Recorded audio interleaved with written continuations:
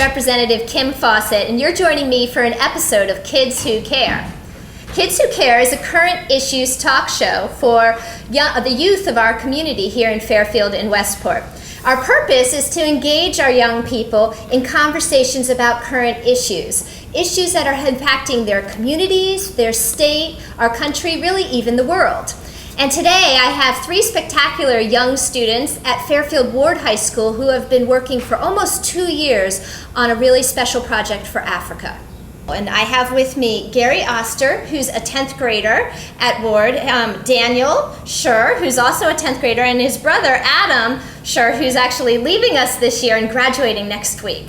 And these three young men are the founders of H2Africa, a club at Fairfield Ward High School that has been working for over a year. A year and a half, guys? Over a year and a half fundraising for a really special project for South Africa. And so I can't wait for them to share the story with you today. And we'll start with Gary because Gary was the one who originally visited Africa and had the first-hand experience. So tell me a little bit, Gary, about how it is you even had the opportunity to go to Africa.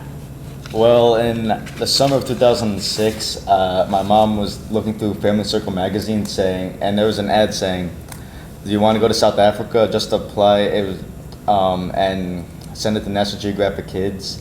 You have to write a 300-word essay about what you like to explore. And I wrote a little essay about what I like to explore, which was my backyard. And then 5,000 kids entered this contest. They chose 15. I was one of the lucky 15. Wow. Were you just so thrilled when the day you found out? I was actually at basketball practice, and when I came home, I get a sign on the door saying, "Congratulations, Gary, guess who's going to South Africa." Wow. I almost fainted. And what grade were you in then? I was in 7th grade. 7th grade. Okay, so a 7th grader is going to South Africa for about 2 weeks? We can have 2 weeks, yeah. Okay. And so now tell me about your trip, because it was pretty impactful on your life and resulted in a pretty big project at Ward High School. Yeah, it was about 10 days, and what we did there, we went to the oceans, we went on safari, and we also got to meet the people. When I was down in the ocean area, we swam with the great white shark. Was it a big shark? It was about 10 feet.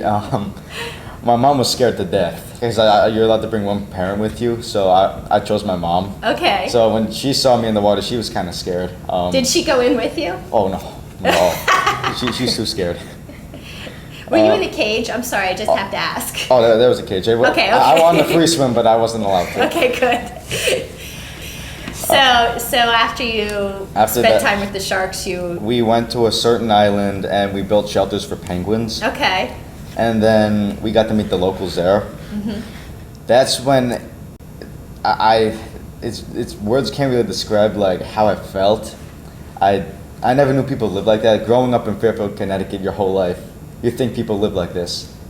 When I went to that village, I saw people living in houses like the size of small garden sheds. 10 people were living in these things. There was nothing but a bed and a couch. If you were rich, you had a grill. And for every 100 houses, there was one bathroom. And these people would have to walk up to 5 miles a day just getting water. And their schools were no better. There was nothing in the schools. Right. I know, and I shared with you earlier that I was selected to go on a trip, and I traveled to Nepal and northern India, and I saw some of the same circumstances for the first time in my life, and I'm 40, but I had the same words could not express how it's just amazing when we live in such a beautiful place to go somewhere that has so very, very few modern amenities. But so you learned about the village and the people, and what are some of the things you learned about their living conditions? Their living conditions, they were not that great, but the people in general, they were, I can't really say the happiest people, but they were some of the nicest people I've ever met in my life, because they take every day, each day, day by day, Right. living as if they're not going to live tomorrow. So they try to be as happy as they can, and it just felt even though I was in such a sad place, these people made it happy for me. Yeah, yeah. I had those feelings as well. So the water issue stuck with you because they didn't have access to clean water. Is that? Well, it was also water, and it was also the school supplies. Like when I won the trip, National Geographic also wanted to purchase a computer with internet for one of the schools we were visiting, which cost about $4,500, and every kid was supposed to raise a certain amount.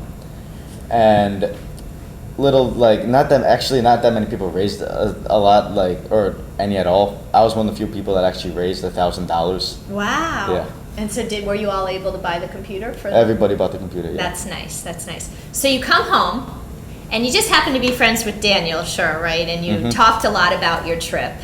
And first tell me so what you ended up building, we should say, is a water pump for a village because you noticed that they didn't have access to clean water. But tell me a little bit about how in the world did you decide on a water pump?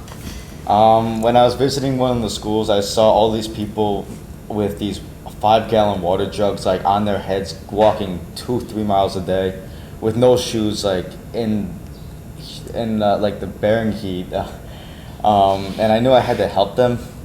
And I heard about something called a play pump when I was on the trip. Okay, and explain what a play pump is. What they told me there, it was pretty much like a carousel or a merry-go-round where kids play on it, which harnesses energy, which can get clean spring water up to a 660-gallon tank, providing clean drinking water for 2,500 people. Which that also saves the hassle for many kids, because a lot of these kids have, especially the girls, they have to carry the water 5 miles a day, which means they're losing school time. Right. So even though we're also giving them a play pump, we're also helping them with their education. And giving them clean water. And giving them clean water as well. So you came home and you had learned about the play pump, and you told me you did some research after you got home just to find out more about how to purchase one and what they cost? I want to know just about everything about it, what it cost. And I saw a video about it, and one of the nature guides was a guy named Boyd Matson. He went on a trip with us. He also has a TV show. I never knew how famous he was until I saw him on this water pump on the play pump's website describing what a play pump is, and then I actually saw him drink some of the water from a play pump. Oh wow! So okay, it must be clean. Yeah. Oh yeah. So you just started talking to Daniel about it. This is where Daniel and his brother start to get involved. Yeah. I for the first couple of months, I didn't really tell anybody about it. He was actually the first person I told everything. And then a couple of weeks later, we were playing Call of Duty at his house. Okay, what's Call of Duty? I should ask you that before when you said that. It's a game, right? It's a game. It's a game. Okay. And he paused the game. He started talking about, why don't we start a club that's help raise awareness, about what you did and what we wanted, and why we want to help. And then I told him about the play pump idea. He thought it was a good idea, and now I guess we raised the pump. Yeah, you did. And so Daniel,